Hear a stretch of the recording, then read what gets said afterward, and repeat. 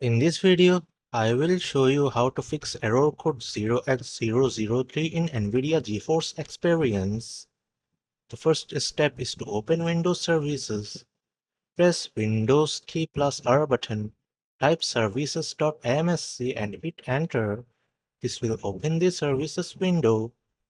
Click on any services in the list and press N on your keyboard to locate NVIDIA services.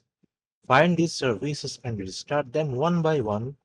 NVIDIA Display Container LS, NVIDIA Frame View, then NVIDIA Local System Container.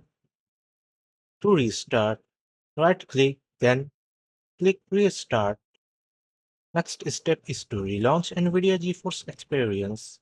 Once you have restarted all services, open GeForce Experience. The error should now be fixed. That's it.